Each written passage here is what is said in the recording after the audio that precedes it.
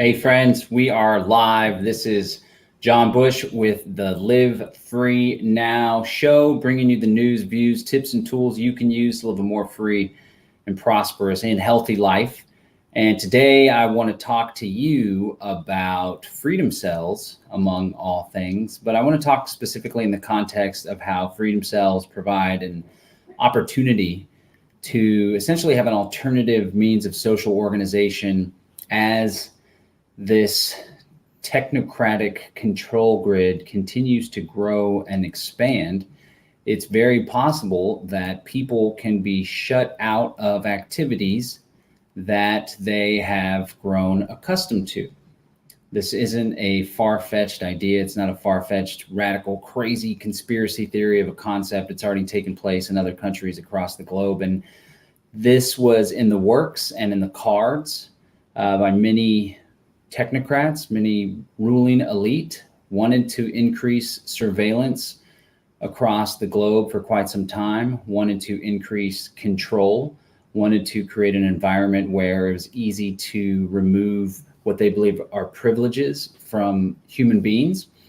And now we see, after the COVID-19 stuff, which is still totally underway, we see that agenda is being dramatically accelerated. So I would like to offer an alternative in a way that we can still maintain community, financial trade, access to food, travel, and all that jazz in light of all the craziness going on in the world. But first, I want to thank our sponsors real quick. Brave Botanicals. You can try a free ounce of kratom. Go to freeounceofkratom.com. If you're watching us on the Conscious Resistance Network, go to bros.freeounceofkratom.com, bros.freeounceofkratom.com, and try an ounce of kratom. It is a powder that's been used for hundreds of years in Southeast Asia. The green and white varieties are great for stress and anxiety and energy and focus. And then a lot of people take the red varieties for chronic pain. They all also help to overcome addiction. Many people use kratom in order to quit taking prescription pain medicine. So check out bros.freeounceofkratom.com. You can just pay $5 in shipping and handling and get an ounce of kratom delivered to you. That's our sponsor there on the Live Free Now podcast. So let's get right down to it.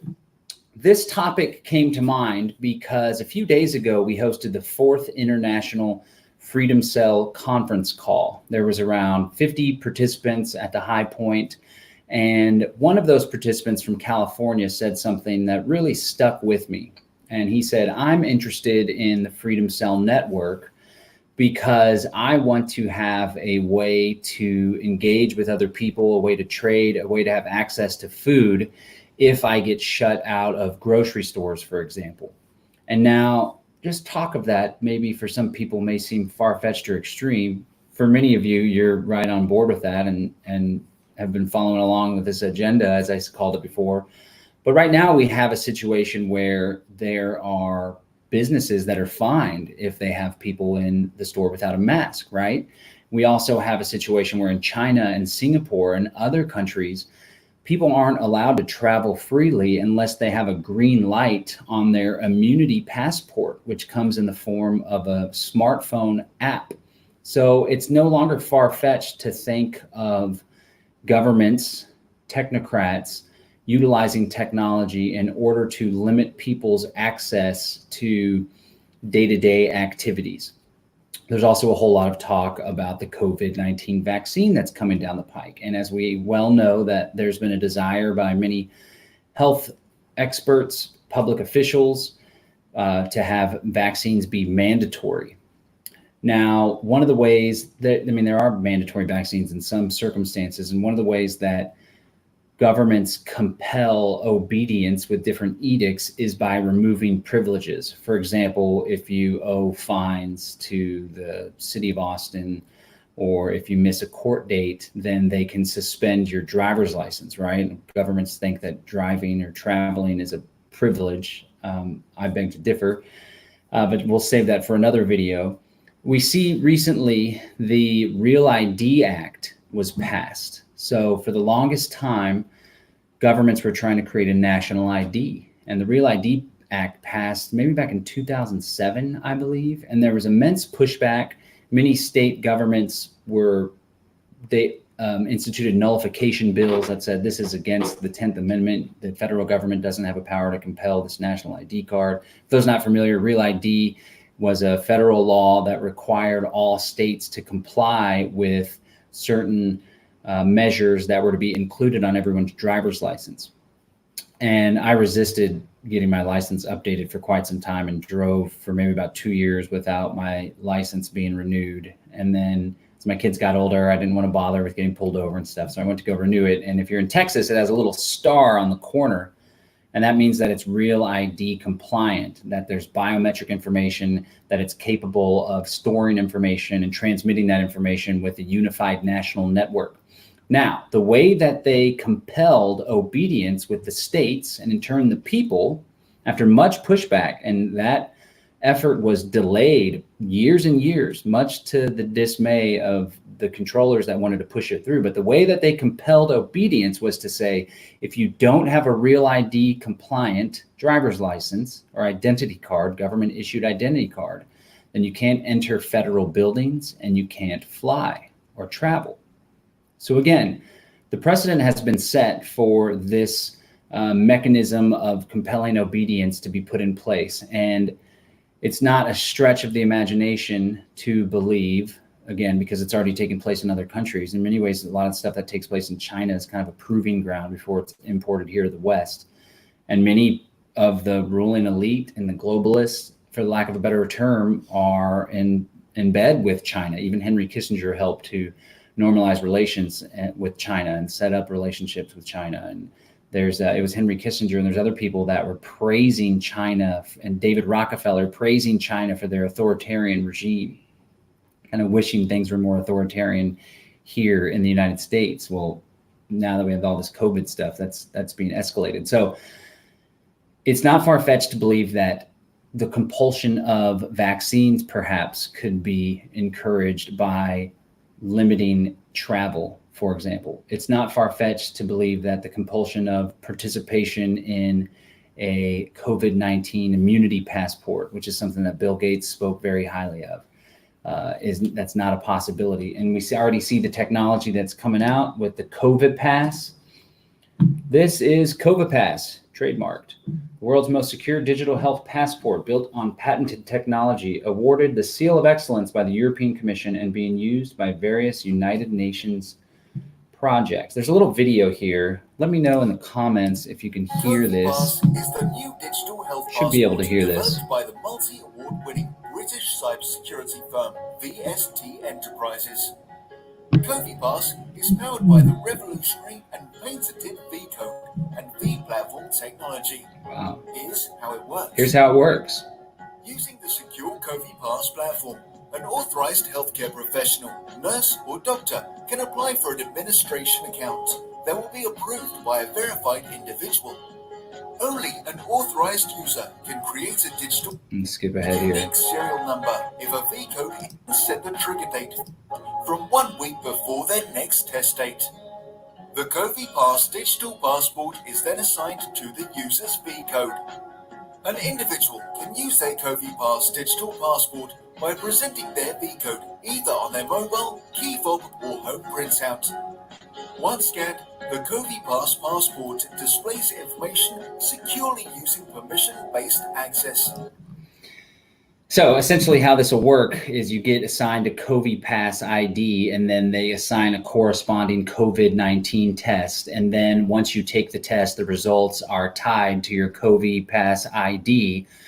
And then again, as we see, you can't enter the restaurant or the grocery store without wearing a mask. It's not far-fetched to believe that you can't enter the restaurant or grocery store without first presenting your COVI-PASS green light or red light. And here we see how it looks on the app down here. Here's a little COVI-PASS. COVID-19, nasal DNA, result negative. COVID-19, whatever, positive.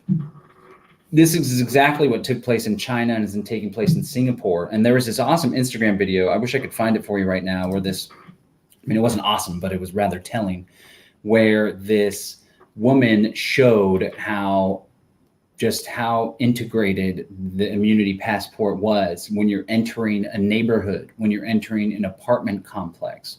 Obviously, when you're entering a airport, you had to present your COVI-PASS. So I just want to point out that this isn't something that's far-fetched. This is all just part of a growing technocratic control grid, a technocracy, right? And what a technocracy is, Derek Brose has this awesome book called How to Opt Out of the Technocratic State. In the first chapter or so, he talks about the technocracy. I first heard about the technocracy several years ago. It's a 1920s phenomenon. This is just Wikipedia, and I hate to rely on Wikipedia, but I didn't spend a whole lot of time getting this ready for you guys at the beginning. I feel like I can speak to it pretty well without having to rely on a bunch of sources, but I just wanted to show you, just for a quick explanation. The term technocracy is derived from the Greek words tech, meaning skill, and kratos, meaning power, as in governance or rule. William Henry Smith, a California engineer, is usually credited with inventing the word technocracy in 1919 to describe the rule of the people made effective through the agency of their servants, the scientists, and the engineers.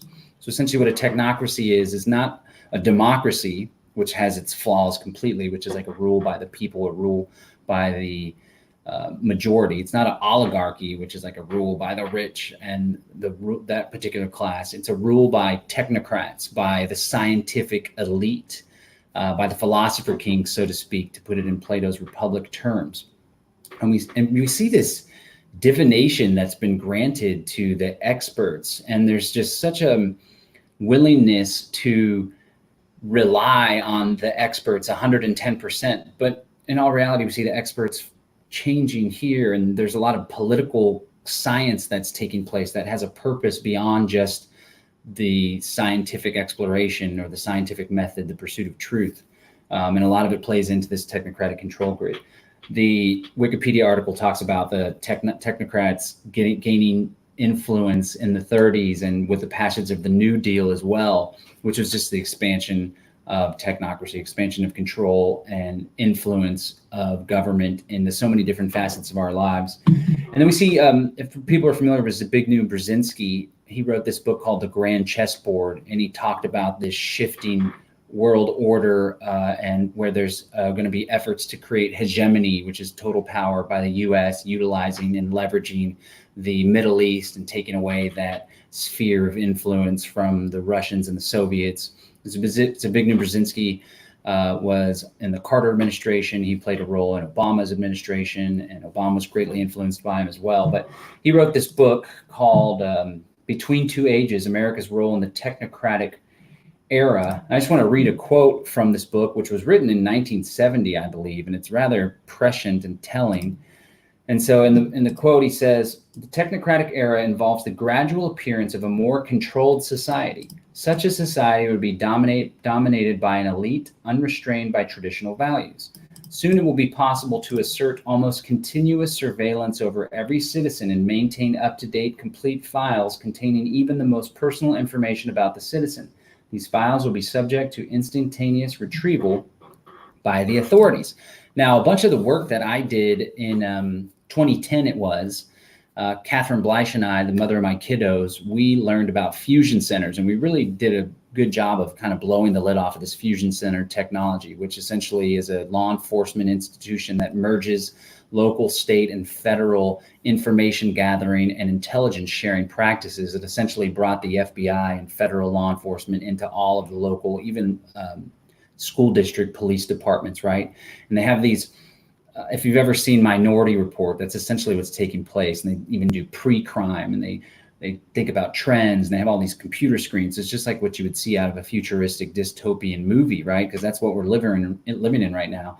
And it's just, we went around the country, we visited like 8 different fusion centers, and we would show up to them with open records requests and cameras rolling. It was great activism. Then we'd also put on little trainings about your rights and privacy, and the Department of Homeland Security. It was back in 2010 with activists and stuff. And when we came back home to Austin after that tour, they were trying to institute the Austin Regional Intelligence Center, which was the fusion center merging all the Central Texas, the Capital Area Council of Governments and stuff. And one of the things that they want to do, which we prevented them from doing, I'm sure they've since rammed it through, they were getting a federal grant from the Department of Homeland Security to execute this fusion center, the Austin Regional Intelligence Center. And one of the things that the money was going to be allocated for was for epidemiological review, which is understanding, tracking, and tracing viruses and epidemics, and also assisting in mass prophylaxis, which is the execution of mass vaccination campaigns. So they're going to utilize this law enforcement information intelligence sharing fusion center, Big Brother center, in order to assist the medical industrial complex in executing these vaccines. It's really scary stuff, but it's this Big Brother, it's the NSA listening and tracking and surveilling everything. So it's only natural that from what you're watching on your television, the conversations you're having, the text messages that you're having, all your Facebook, social media activity, your searching history, now it's being expanded even more into your medical records and your medical history. And this is very problematic. So to get back to what I was talking about, I've now painted a really scary picture for many of you that are following along from the Conscious Resistance Network. You know that this is a reality. Derek Brose's work, Derek Brose's research. Maybe you aren't watching on the Conscious Resistance Network and you're doubting some of this stuff. I encourage you to do your own research, but I want to offer what could be a solution. What is a solution, and what's a solution that's already underway? Just checking in on the comments. Everybody hearing me okay? Somebody said there was a lag. I appreciate everyone for tuning in. We're going to go to some of your comments here in a second. My videos usually run like an hour. We're going to try to get this one just to under 30 minutes. So let me present. This person said Technocratic. Yeah, Technocratic, essentially the same thing as Technocratic. The two words can be intermingled, but let me, this guy says, Jesse Ventura did an episode called Police State on his conspiracy theory show, Infraguard infusion centers, detainment centers, coffin liners. The episode was banned from air. That's funny that you mentioned that, because myself and Catherine, we were featured on that episode. It was great. Their crew came down to Austin, Texas. They actually flew Catherine up to Minnesota to be interviewed by Jesse Ventura. And he showed some of the work that we did, some of the videos that we uncovered. So that was super cool. So yeah, search Police State episode Jesse Ventura on YouTube. You can still find it there. It was a really good episode. That was a classic show too. Okay, so here's the solution. And again, I wanted to do this video because we were in the middle of our fourth annual conference call for fusion centers. And this guy said, I'm on this call and I want to get involved with this network for economic purposes. I'm concerned that I could get shut out from accessing grocery stores, so I want to be linked up with local farmers. So I want to introduce you to the Freedom Cell Network. Many of you are already familiar. Many of you are already participating in the Freedom Cell Network. You can go to freedomcells.org. Essentially what Freedom Cells are, at its core, small groups of around 8 to 10 people. We use the number 8 because it's been shown that 8 people tends to be the most creative, the most effective. It's the best number to achieve a common goal without having too much division and like ideas getting a little bit overwhelming. And when on the lower end, there's not enough ideas, there's not enough bodies and people to carry things out. So you form up a group of 8 people. It's called your inner cadre. You work together on common goals, such as everyone has 3 months food storage. Everyone has access to encrypted communication channels, and we form a group communication. Everyone has firearms and knows how to use them safely and proficiently. Everyone has a bug out plan. It can go further from that. We train martial arts together. We go to the firing range once a month. We have children. We do a play date. We organize a skill share once a week, so on and so forth, right? So that's your inner cadre group. But here's where the beauty is. You then take your inner cadre group, and those people go encourage the creation of other inner cadre groups, preferably in your geographic area in close proximity. You then network around 8 to 10 of those other groups of 8 to 10 people into what we call a middle cadre. Now you have around 64 people that are all dedicated towards a common purpose. You then encourage the creation of other middle cadre groups all throughout the region. So what we're trying to do here in Texas, there's many of us here in Central Texas. There's a ton of people in Houston. That's where Derek Brose is from. There's a lot of people in Dallas, Fort Worth. There's some down in New Braunfels. We're going to try to encourage the eventual meshing of all these disparate groups and create what we call a meta cadre. So maybe there's 8 groups of 64, which would be 512 groups. Then maybe we can link up with the groups in your area, whether you're watching from California, Minnesota, Australia, and we can have 8 groups of 512, which is somewhere over 4,000 people, right? And the idea is that if you don't participate with the immunity passport and you're not allowed in the grocery store, that's just fine.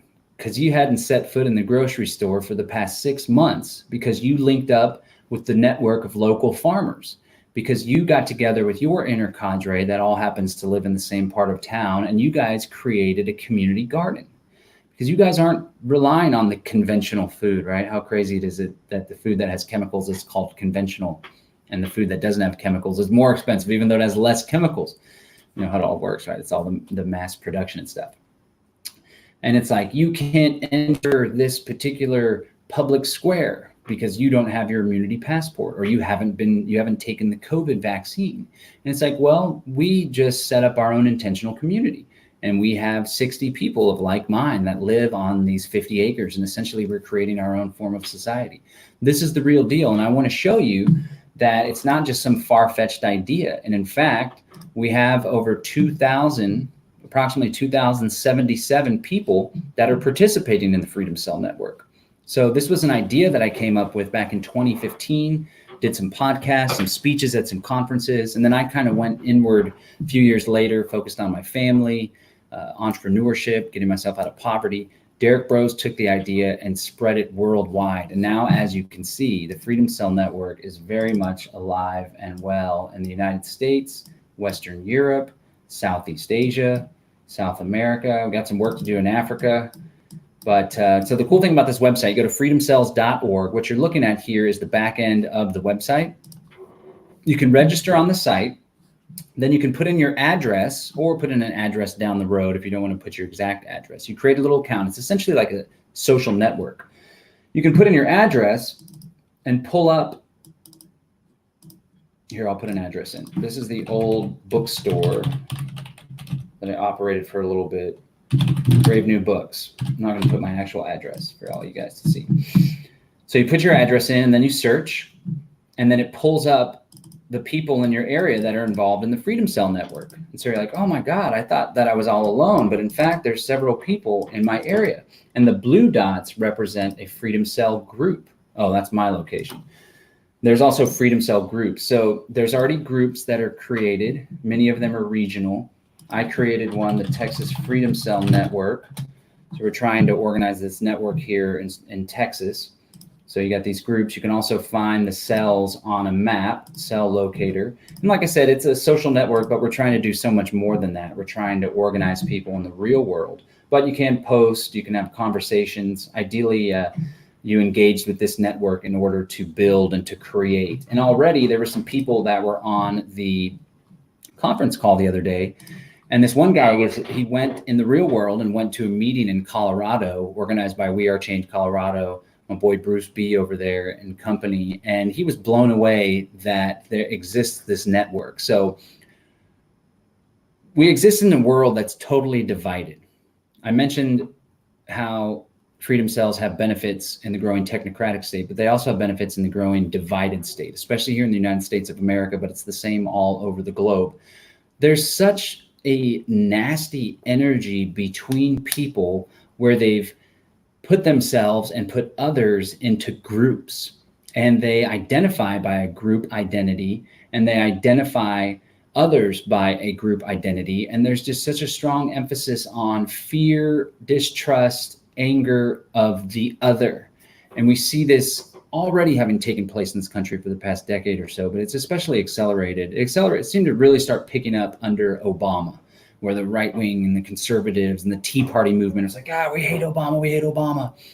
And then the left wings were like, we're doubling down with our guy. And then when Trump took office, a very vitriolic character, it exacerbated that to the nth degree. Let me point out this quote real quick by Zbigniew Brzezinski. This is also in the book about the technocracy. He says, in the technocratic society, the trend would seem to be towards the aggregation of the individual support of millions of uncoordinated citizens easily within reach of magnetic and attractive personalities, exploiting the latest communication techniques to manipulate emotions and control reason. We see that taking place by the governors, by the media about fear with COVID. We see that taking place with big strongmen characters like Donald Trump, who has a huge following. And while I don't believe Donald Trump is part of the same paradigm of the deep state, which we always called the shadow government, But I do know that the technocratic control grid is continuing and accelerating regardless of having Donald Trump in office. And one thing that has accelerated immensely is the division, and the discourse is absolutely disgusting. For example, a good friend of mine, Dr. Matthew Buckley, also happens to be my naturopath. He is an anti-mask guy vehemently, right? And he went to this canoe shop down near Lake Austin, or I guess it's Ladybird Lake now, but we're still going to call it Lake Austin. And or Lake Travis, I'm sorry. And he didn't want to wear his mask. He wanted to get on a canoe. The people freaked out, said you can't do it. He tried to flex this Disabilities Act from the state of Texas, and he threatened to call the sheriff's department. They called the police. It was a big ordeal, but essentially he wanted to go on a damn canoe, but the business wouldn't let him. Me, I'm a libertarian private property rights guy, so regardless of my stance on a mask, if I'm going to enter a business or a restaurant and they're going to be like, hey, you got to wear a mask here, and say, okay, fine, I'll just put the damn mask on, right? Oftentimes the businesses are doing so because in the city of Austin, they've been coerced by the government. And if they don't follow along, then they got to pay $1,000 fine. But I can still have sympathy with them. Like, I don't want these businesses to have to pay a fine. But nonetheless, somebody took a picture, shared it online, and said, look at this guy, Matt Buckley. He's such a POS, and he's trying to come here into this business, blah, blah, blah.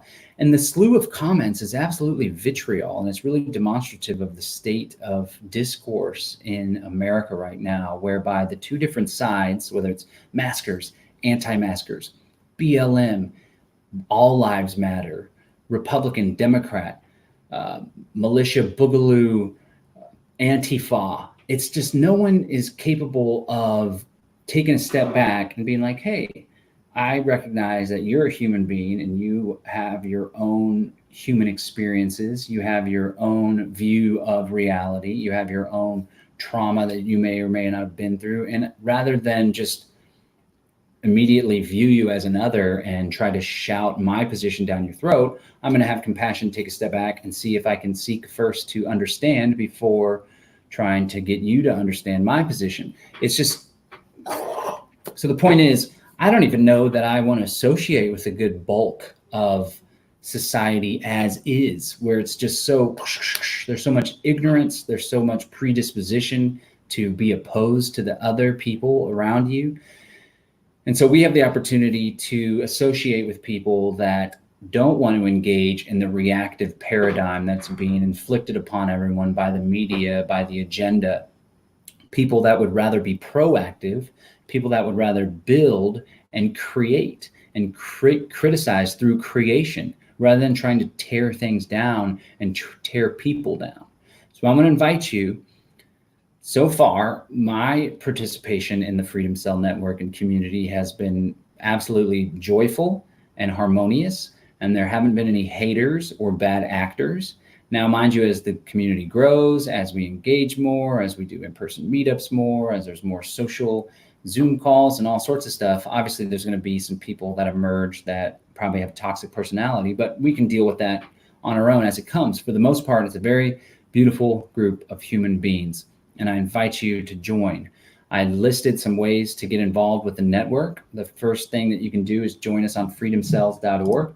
Again, we created this amazing social network where there's cells, there's activity, there's all sorts of videos and resources. And really, it's just a way that you can find people in your area. We even set up some events. There's been some people that did coffee meetup. These guys have a meetup coming up on April 7th. Oh, that's July 4th, actually, on July 4th. So that's super cool. There was a coffee meetup recently. We just had our 4th annual conference call. There's all sorts of groups that you can get involved with. And so this is what we're doing. Essentially, the way things are going right now, it's how they've been going for quite some time. It's a divide and conquer. It's the creation of a totalitarian global technocracy. It is violence, coercion, hate, war, surveillance, police, no bueno. It's yuck. And I think that we need to do something about it. Rather than engage within the political channels, which is by all means, if you're a freedom activist and want to get involved in politics in order to lower the government intrusion in our lives, by all means. But I think a better way of changing things It's also better than shouting at buildings and shouting at people with bullhorns. Better way to change things is to create and to educate people and teach them and inspire them and demonstrate that there's a better way to organize society that isn't based on hierarchical, top-down control paradigms, that doesn't need deception and false flags in order to carry out its will. Well, a group doesn't have a will essentially, but it doesn't need deception and all this treachery that's taking place. We can have people voluntarily participate, cooperate in order to achieve common goals. What might those goals look like? How about food production utilizing permaculture? How about exercise and focusing on natural health and the body's powerful ability to heal itself? How about coming together in order to grow spiritually and in order to learn from one another and learn from our past and become better human beings so we can better relate to our fellow humans, so we can leave future generations with a better world than what we were left with. So that's the promise. Big, grandiose, idealistic ideas. But it's not just ideas. It's not just a video on YouTube. It's a video on YouTube inviting you to take part in a real world movement, the Freedom Cell Network, that you can find at freedomcells.org, where we're not just complaining on Facebook, where we're not just begging the rulers in the halls of Congress, where we are going out, we are involving ourselves in the lives of our fellow human beings, we are interacting peacefully, voluntarily, cooperatively in order to build something different. And I have this vision, I have this dream that one day our numbers can grow, our infrastructure can grow, our network can grow to the point where we can eventually replace the institution of government altogether. Now, not everyone's going to participate in our crazy radical way of doing things, but hopefully we have enough people to where we can opt out, support one another, shield one another from the encroachment of the state. And we can just say, look, man, we're still going to be in this given geographic area, although we have a confederation of intentional communities, of private cities, of seasteads spanning all across North America, for example. And we have this confederation, we have ambassadors, and we'd like to come to the table to resolve any conflict that we may have with the state of Texas or the United States of America Incorporated. And we want to let you know that we're peaceful human beings. We don't mean anyone any harm, but we're no longer going to be participating in your taxation system. That's unlawful, unethical. We're no longer going to be participating in your necessity to have a COVID immunity passport or your vaccines up to date or your children vaccinated and your social security numbers for your newborn. We're not participating in that.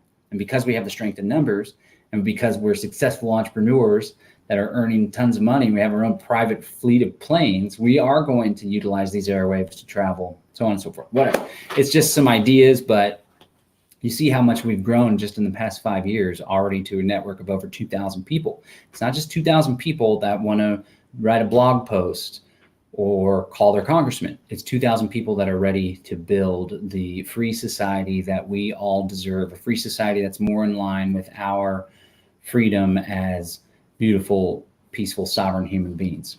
So thank you so much for tuning in. I'm going to see if there's any comments that I can highlight here. If there's any questions or anything anybody has, again, you can go to freedomcells.org, freedomcells.org. We would love for you to join us.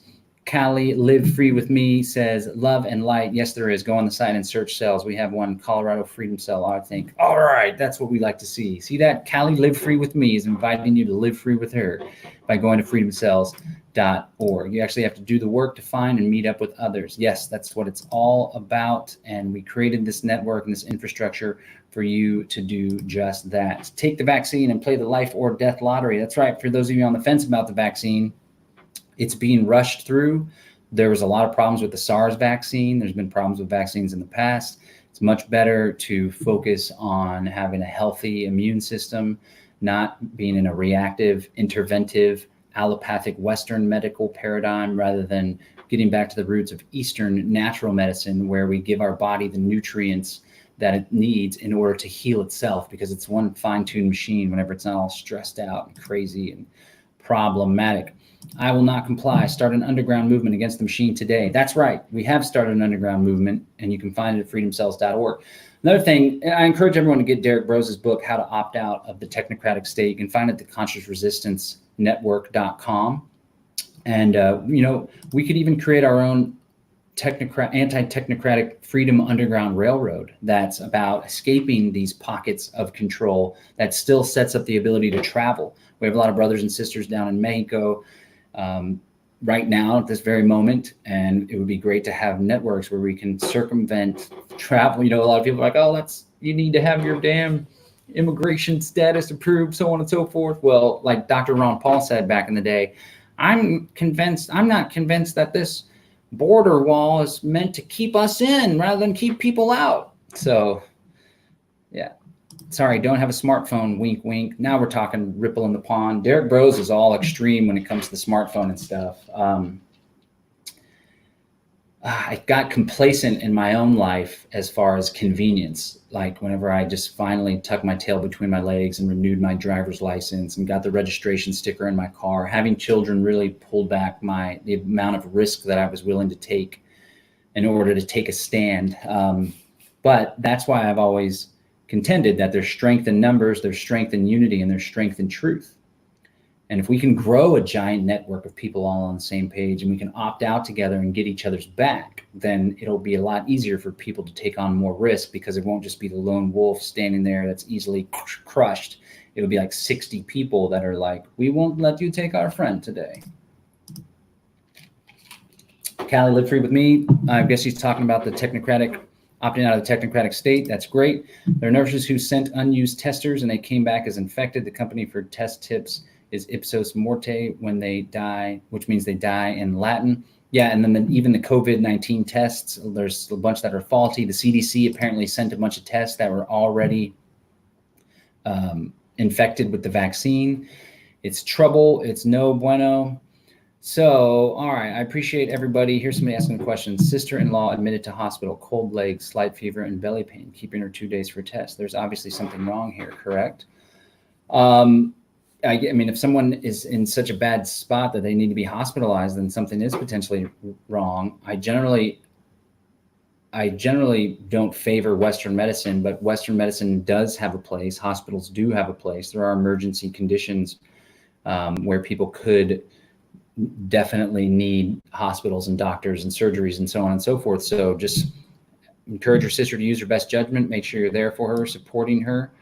And yeah. All right. Well, I appreciate everyone tuning in and checking us out. Be sure that you go to freedomcells.org, so we can link up, so we can create the new free society we all deserve. Freedom cells or groups and walkie-talkies, and fight for freedom and your life. Now we're talking. Spiritual warriors bringing good prayer meditation to group. A universal prayer meditation is truth, freedom, health is beyond any one belief. Now we're talking. All right, everyone. Thank you so much for tuning in. This is John Bush of the Live Free Now show. And again, there is a growing technocratic control paradigm that's being put in place. I've been an activist. I've been researching all this for the past 2 decades. Since COVID has happened, this agenda and this control program has accelerated at a rate I never thought possible. Nothing changes for me except motivation to get this idea out and encourage people to join us in developing these freedom cells. The path has just been accelerated, but at the same time, every action has an equal and opposite reaction. Just like with 9/11, like sure as hell it accelerated the police state, but it also really woke a lot of people up to questioning the program and the paradigm. Just the same, this COVID stuff, they're really cracking down. They're rolling out the technocracy. They're controlling people. They're locking down the economy. But a lot of people are like, wait a second. Something ain't right here. And in turn, it helps us to grow and swell the ranks of the free thinkers and those that are looking for something different out of life, okay? And so this is all taking place right now. And we are left with a choice. What are we going to do? Are we going to buy into the division? Are we going to spend our time hating other people? Are we going to spend our time criticizing people? Are we going to use nasty language on Facebook and stupid memes and that damn little laughing emoji that I do my best not to get triggered, but when I say something, I'm like, oh, this makes a lot of sense. I hope people understand this position and hopefully enlightens them a little bit. And then people are just like, laugh emoji. And I'm like, is that what we're going to do? Laugh emojis? Or are we going to get out there and build a new way of doing things that we can pass on to future generations and hopefully not have to repeat this crazy cycle of violence, freedom, violence, freedom, violence, freedom? We can just have freedom. However, the price of liberty is eternal vigilance. So I'm going to leave you with that. This is John Bush signing out. Peace and freedom. Go to freedomcells.org. Thanks to our sponsor, freeounceofkratom.com. Bye.